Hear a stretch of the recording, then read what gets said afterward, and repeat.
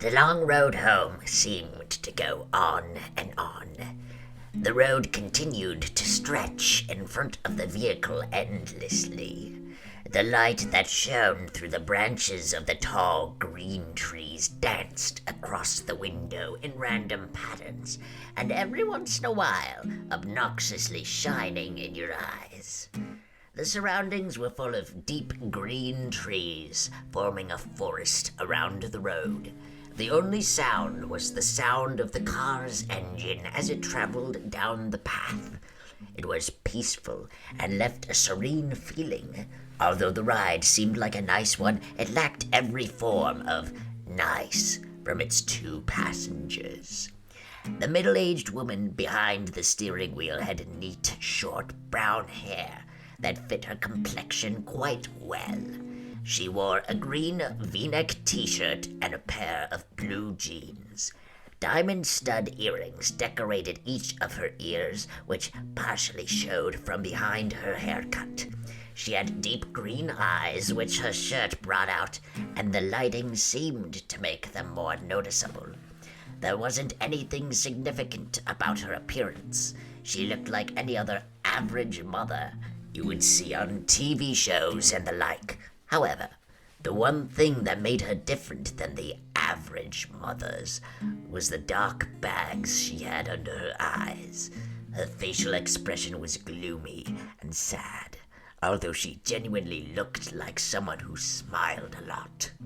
She would sniffle every once in a while and occasionally glance in the rearview mirror to look at her son in the back seat, who was hunched over partially with his arms tied tight around his chest and his head pressed against the cold window. The boy lacked any normal appearance, and anyone could plainly see there was something wrong with him. His messy brown hair went every which way, and the luminescent lighting brought out his pale, almost gray skin. His eyes were dark, unlike his mother's, and he wore a white t-shirt and scrub pants that had been provided for him by the hospital. The clothes he had worn before were so shredded and blood-stained that they weren't wearable anymore. The right side of his face bared a few cuts along with a split eyebrow. His right arm was bandaged all the way to the shoulder, which had been shredded when his right side hit the shattered glass. His injuries appeared to be painful, when in reality he couldn't feel anything. This was just one of the glories of being him. One of the challenges he had to face while growing up was growing up with a rare disease that caused him to be completely numb towards pain. Never before had he felt himself get hurt. He could have lost an arm and felt nothing. The other major disorder he had faced, which was the one that deemed him many insulting nicknames in the short time he attended grade school before he switched to homeschooling, was his Tourette's syndrome, which caused him to tick and switch in ways he couldn't control. He would crack his neck uncontrollably and twitch every once in a while. The kids would tease him and call him Ticcy Toby, and they mocked him with exaggerated twitching and laughing. It got so bad he had to turn to homeschooling. It was too hard for him to be in a common learning environment, with seemingly every kid poking, or more like stabbing, fun at him. Toby stared blankly out the window, his face empty of any emotion, and every few moments his shoulder, arm, or foot would twitch. Every bump that the car tires hit would make his stomach turn. Toby Rogers was the boy's name, and the last time Toby remembered riding in a car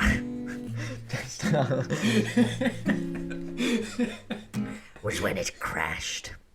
That's all he had thought about, unconsciously replaying everything he remembered before he blacked out over and over again. Toby had been the lucky one. His sister had not been so lucky. When the thought of sister came, he couldn't help the tears that welled up in his eyes. The horrible memories replayed in his mind. her screaming that had cut off when the front of the car was smashed in. It all went blank for a moment before Toby opened his eyes to see his sister's body. Her forehead pierced with glass shards, her hips and legs crushed under the force of the steering wheel, and her torso pushed in from the too late inflated airbag. That was the last thing he had seen of his dear older sister. The road home continued on for what seemed like forever. It took so long to get home because his mom wanted to avoid the sight of the crash. When the surroundings gave way to a familiar neighborhood, they were both more than ready to get out of the car and step back into their own home. It was an older neighborhood with quaint little houses all next to each other. The car drove in front of a blue house with white window panes. They both quickly noticed the old vehicle that was parked in front of the house and the familiar figure that stood in the driveway. Toby felt automatic anger and frustration take over him at the sight of his father who wasn't there. His mother pulled the car up in the driveway beside him before turning off the engine and preparing to step out and face her husband. Why is he here? He shouldn't be here. Toby said quietly as he looked back at his mother, who reached to open the car door. He's your father, Toby. He's here because he wants to see you. His mother responded in a monotone voice, trying to sound less shaky. Yet couldn't drive up to the hospital to see Lyra before she died. You know, he was at the charity thing last night, honey. Yeah, when is he not?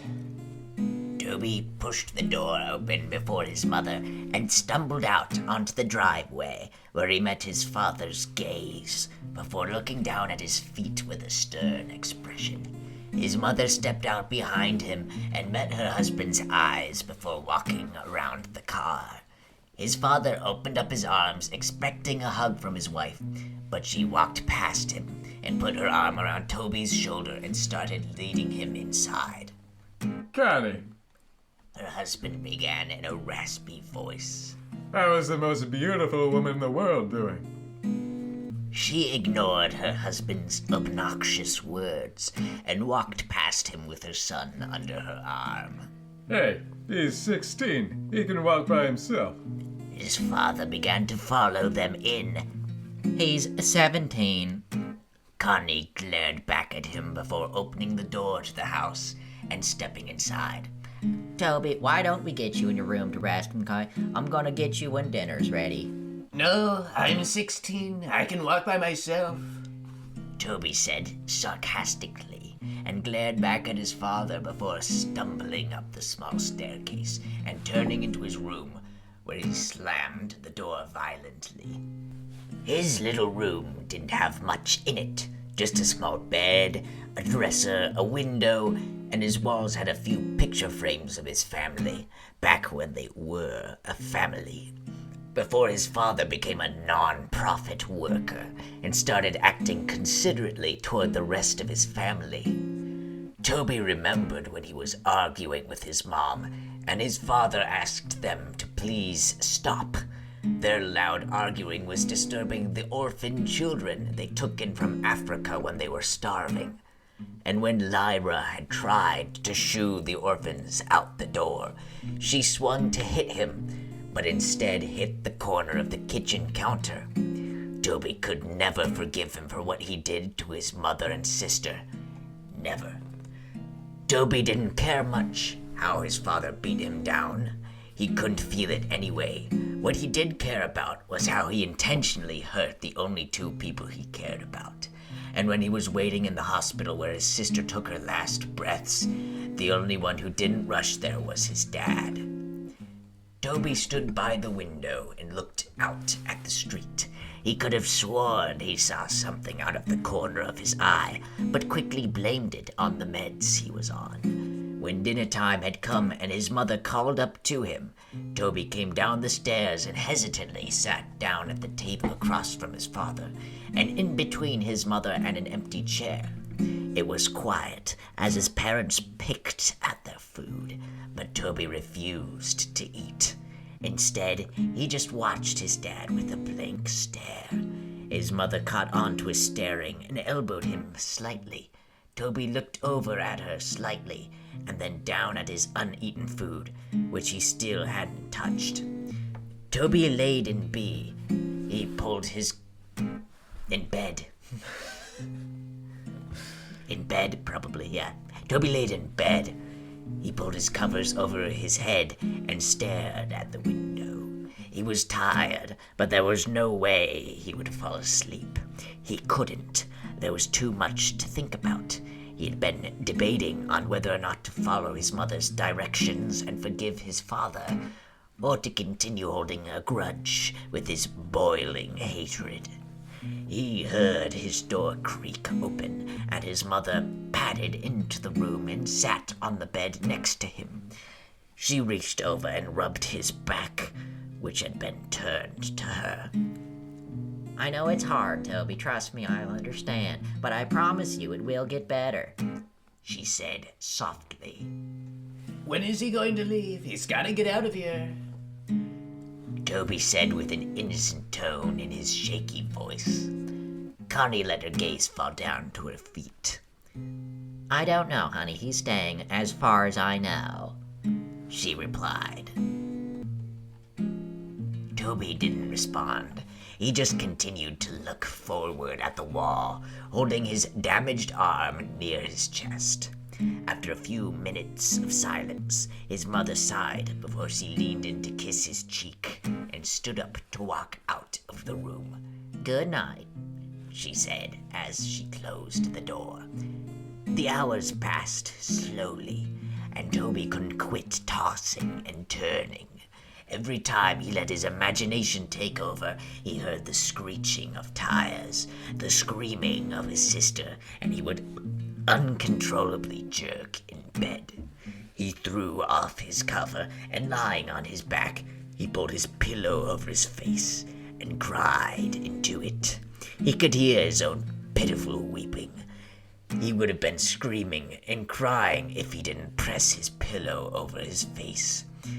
After a few seconds, he threw the pillow off his face and sat up, hunched over, holding his head and breathing roughly, tears streaming from his eyes. He couldn't help but cry. He tried to keep it in, but he couldn't stop the whining and whimpering as he sat there shaking. He inhaled before he stood up and walked around his bed to the window and peered out, taking deep breaths, trying to calm down. He rubbed his eyes and looked out at the group of tall pine trees across the street. He stopped suddenly, and his gaze slowly centered on something standing under the streetlight.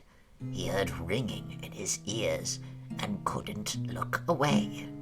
The figure stood beside the streetlight, about 2 feet shorter than it did, long arms draped at its sides as it stared up at him with non-existing eyes. The figure had no facial features to speak of, no eyes, no mouth, no nose. Yet it held Toby's hypnotized stare, seemingly peering into his very being. The ringing in his ears grew louder and louder each second he stared, before suddenly it all went black. The next morning, Toby woke in his bed. He felt different. He wasn't tired at all, and when he consciously woke up, it felt like he had been lying there awake for hours. He had no thoughts flowing through his mind. He sat up slowly and stumbled over to the wall, but when he stood, he automatically felt dizzy.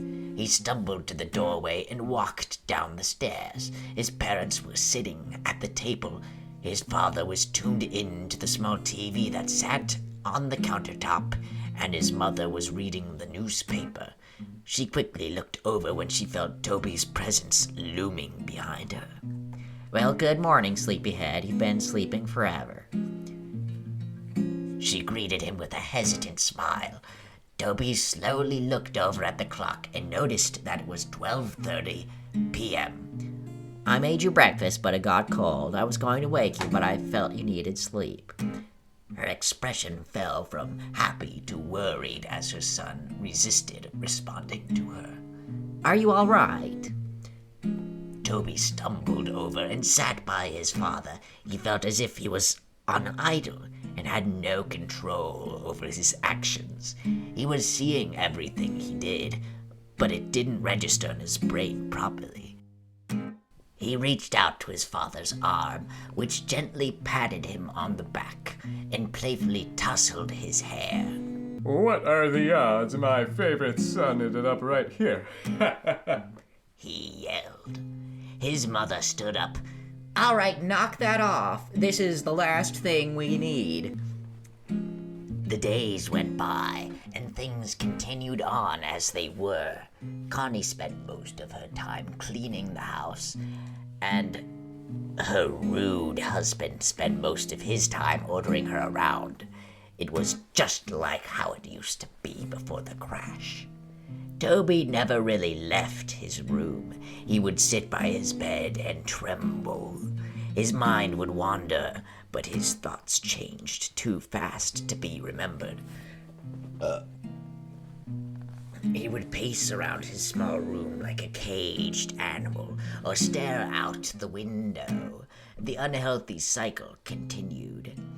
Connie continued to be pushed around by her husband, being way too submissive to him, and Toby remained in his room. Before he could think twice, he would begin to chew on his hands, tearing the flesh from his fingers. He would gnaw his hands until they bled. When his mother walked in on him, while he was doing so, she reacted horribly. She rushed him downstairs and grabbed the first aid kit, wrapping his hand in bandages. Afterwards, she demanded that he wouldn't leave her side again. Toby isolated himself so much that he grew to hate being around others. His memory grew glitchy as well. He'd start missing memory of minutes, hours, days, and so on. He would begin talking nonsense about things completely unrelated to the conversations he would have. He'd go off about seeing things, sharks in the sink as he washed the dishes, hearing crickets in his pillows, and seeing ghosts outside his bedroom window. His mother grew so anxious about his mental health that she decided it would be good for him to talk to a professional about what he was feeling. Connie walked Toby into the building, holding his hand and guiding him in. She walked him up to the front desk and began talking to the lady who sat behind it. Mrs. Rogers? The lady asked. Yes, that's me. Connie nodded. We're here to see Dr. Oliver. I'm here with Toby Rogers. Yes, that's right this way. The lady stood and led them down a long hallway. Toby looked at the framed artwork down the halls and tuned into the sound of the lady's high heels on the hardwood floor. She opened the door to a room with a table and 2 chairs. If we can get him to sit in here for a few minutes, I'll get the doctor. She smiled and held the door open. Toby stumbled into the room and sat down at the table. He looked over at his mother and the lady before the door slowly shut behind them. He looked around the room before he held up his tightly bandaged hands and began to bite at the bandages to unwrap his hands. But he was interrupted as the door swung open and a young woman in a black and spotted dress with light blonde hair stepped in, holding a clipboard and a pen. Toby? She asked with a smile. Toby looked up at her and nodded. Nice to meet you, Toby. My name is Dr. Oliver. She put her hand out for him to shake. but hesitantly pulled away when she noticed his bandaged hands. Oh.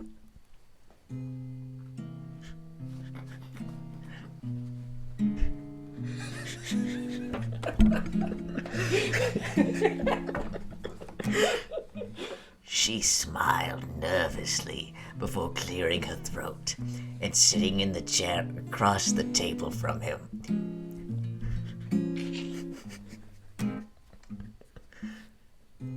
So I'm gonna ask you a few questions.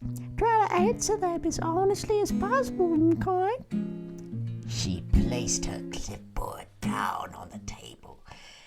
Toby nodded slowly and held his restrained hands in his lap. How old are you, Toby? I'm old enough, that's all I'll say. He responded quietly. She wrote that down on the paper that was clipped to the clipboard. What's your full name? Toby Aaron Rogers. When's your birthday? April 28th. Who is your immediate family? Toby paused for a minute before answering her question. My mom, my dad, and He stopped. my sister. I heard about your sister, dear. I'm really sorry. Her expression faded into a sad, pity-filled look. Toby nodded. Do you remember anything from the crash, Toby? Toby looked away from her. His mind went blank for a moment. He looked down at his lap, and in the surrounding area he heard a faint ringing sound. His eyes widened, and he froze in place. Toby? The counselor asked. Toby? Are you listening? Toby felt a shiver go down his spine until he froze once again, and slowly looking over out the little window through the door where he saw it. A dark, featureless figure peering in at him. He stared, eyes widened, the ringing growing louder and louder until suddenly the loud voice of the counselor broke his trance. Toby. She yelled.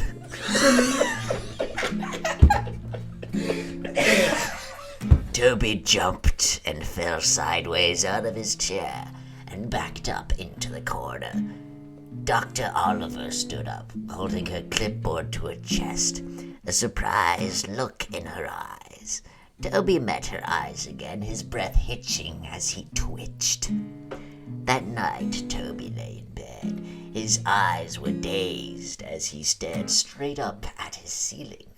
He could feel himself begin to doze off when he heard the scattering of footsteps down his hallway.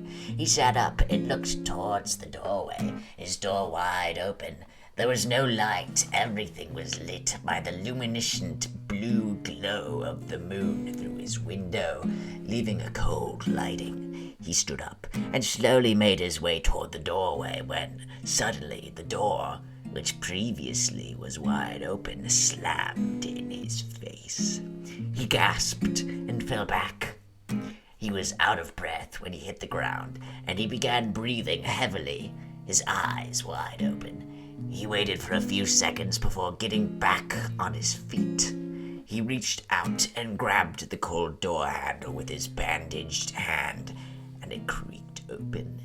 He looked out into the dark hallway and tiptoed out of his room. The window at the end of the hallway lit up the darkness with blue moonlight as he padded his way down. He could hear footsteps rustling around him and faint giggling, followed by the pitter-patter of small feet, which sounded like a child had run in front of him, giggling and running around. The hallway was a lot longer than he remembered. It seemed endless, like the ride home from the hospital. He heard the door creak in front of him. Mummy, Mother, I'm scared. Come quickly. He called in a shaky voice. Suddenly, a door slammed behind him, and he jumped and turned around. Behind him, he heard a long, eerie groan that sounded like a croak right in his ear. He turned around as fast as he could and was suddenly face to face with none other than his dead sister. Her eyes were clouded white, her skin pale, the right side of her jaw dangling there by tissue and muscle, glass protruding from her forehead, black blood leaking down her face, her blonde hair pulled up in a ponytail as it always was. And she was wearing her gray t-shirt and her athlete shorts, which were dirty and spotted with blood. Her legs were bent in ways they shouldn't be. She stood emitting a long creaking noise only an inch away from Toby's face. Toby yelped and fell back. Ah! He started to crawl backward away from her, but he was unable to break the eye contact he held with her blank, dead eyes. He dragged himself backward until he backed up into something. He stopped for a moment. Everything was dead silent except for his heavy breathing and crying. He slowly looked up to meet the blank face of a tall, dark figure, the same figure that stood over him now. Behind the tall, dark mass were rows of children, looking to range from 3 to 10 years old, their eyes completely black, and dark black blood leaked from their eye sockets. He screamed and stood up as fast as he could, only to be tripped by dark black tendrils that wrapped around his ankle.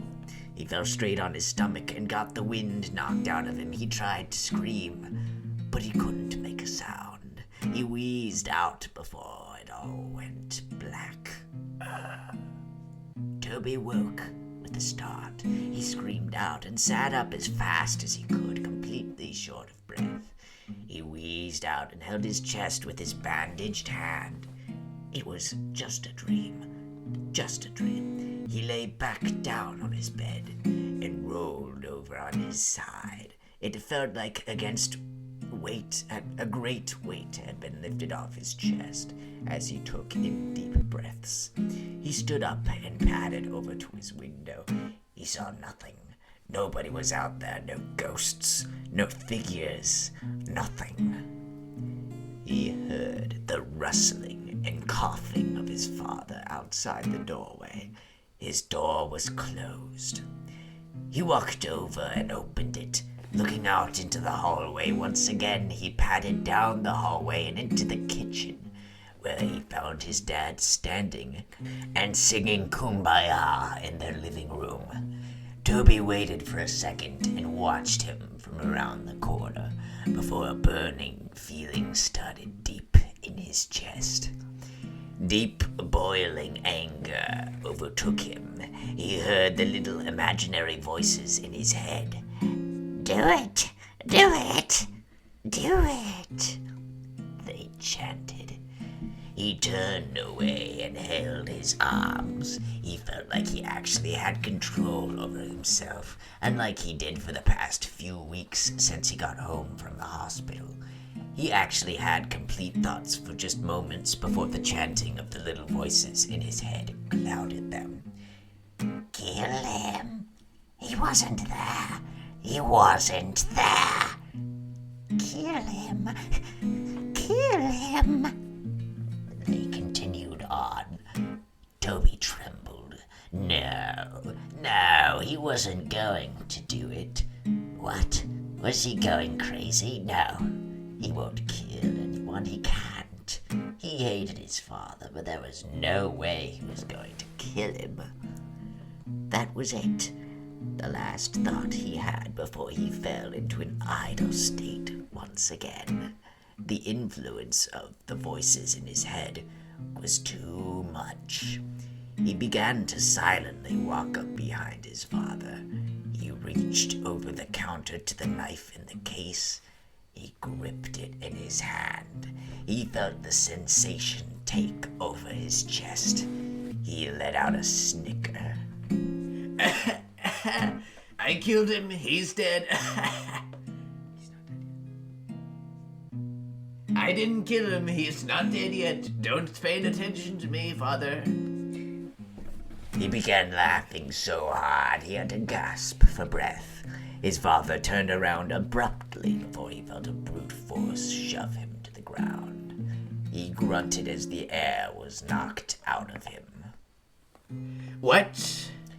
He looked up at the boy who stood over him, grasping the kitchen knife in his hand. Toby, what are you doing? He went to sit up and put his arms out in front of him in self-defense. But before he knew it, Toby was on top of him. He went to grab his neck, but his father reached out and blocked his hand by grabbing onto his wrist. Hey, Toby, quit playing around with that knife and come over here to your pops and sing Kumbaya.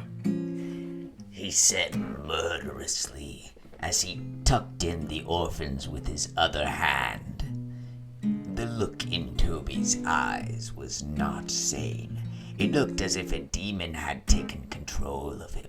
He yelled back and went to stab the knife into his father's chest, but his father blocked him and grabbed onto his wrist once again. He went to shove him back, but Toby kicked his feet out in front of him and landed a hard blow straight to his father's face. His father recoiled and pulled his arms away to shield the orphan's vision. But Toby got back up and drove the knife straight into his shoulder. His father let out a loud cry and went to pull the knife out, but before he could, Toby threw his fist straight into his face. He began to pound his fists into his head, laughing and wheezing. He cracked his neck and grabbed the knife and ripped it out of his father's shoulder. He drove it deep into his dad's chest and repeatedly stabbed into his torso, blood spilling out and getting splattered everywhere. He didn't stop until his father's body went still. He threw the knife over to the side and leaned over his body, coughing and panting. He stared at his father's smashed-in face and sat there twitching until a loud scream broke the silence. He looked over to see his mother standing a few feet away, covering her mouth, tears streaming down her face. Toby, She screamed. why did you do that? She cried. Why? She screamed. Toby stood up and began to back away from his father's bloody corpse. He began to back out of the kitchen. He looked down at the blood-soaked bandages on his hands and looked up at his mother one last time before he turned and ran out of the house. He ran into the garage and slammed his hands against the control panel on the wall and pushed the button to open the garage door. Before he ran out, he noticed his father's hatchets, which had been hanging on the tool rack above a table full of jars, filled to the brim with old rusty nails and screws. One of the hatchets was new. It had a bright orange handle and a shiny blade, and the other was old, with a wooden handle and an old dull blade. He grabbed both and looked down at the table, and he saw a box of matches. Under the table was a red gasoline tank. He held both of the hatchets in one hand and grabbed the matches and gasoline before running out of the garage, down the driveway and up the street. As he approached the streetlight that he could see out his own bedroom window, he heard police sirens in the distance. He turned around and the red and blue flashing lights came rushing down the street. Toby stood for a second before he pulled open the cap on the gasoline tank and ran down the street, spilling gasoline all over the street after him. He turned and ran into the trees. was. He poured the last bit of gasoline out before he reached into his pocket and pulled out a match. He struck it against the box and immediately dropped it. In an instant, flames burst around him.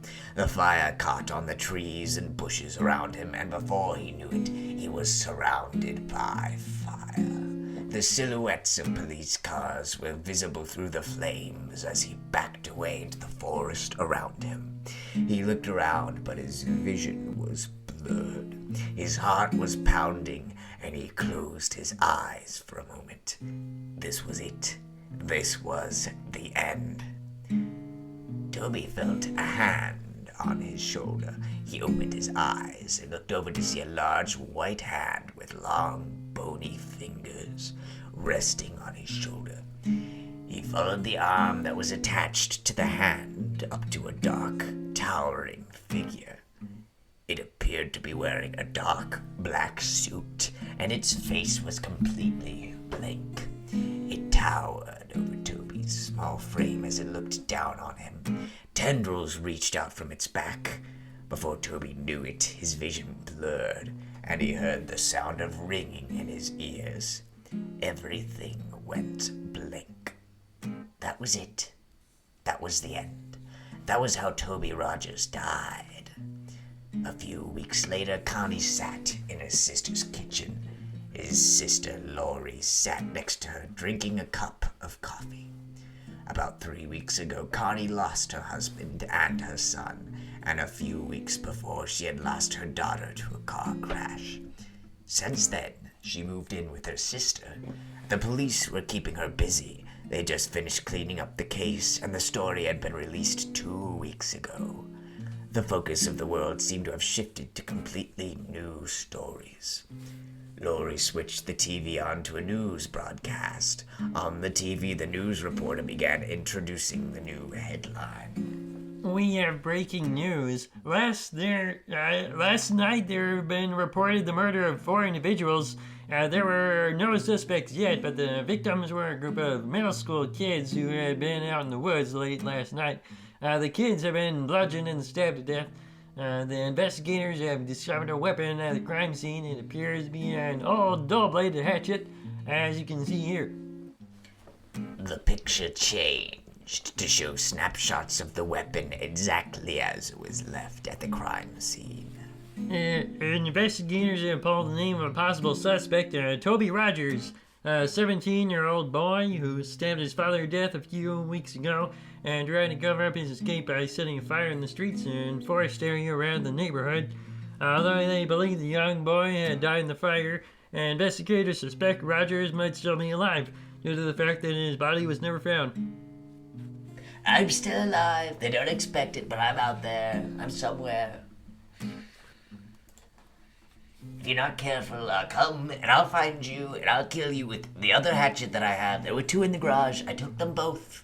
I only left one. If you think you can harbor the orphans, you're mistaken. I'll get you.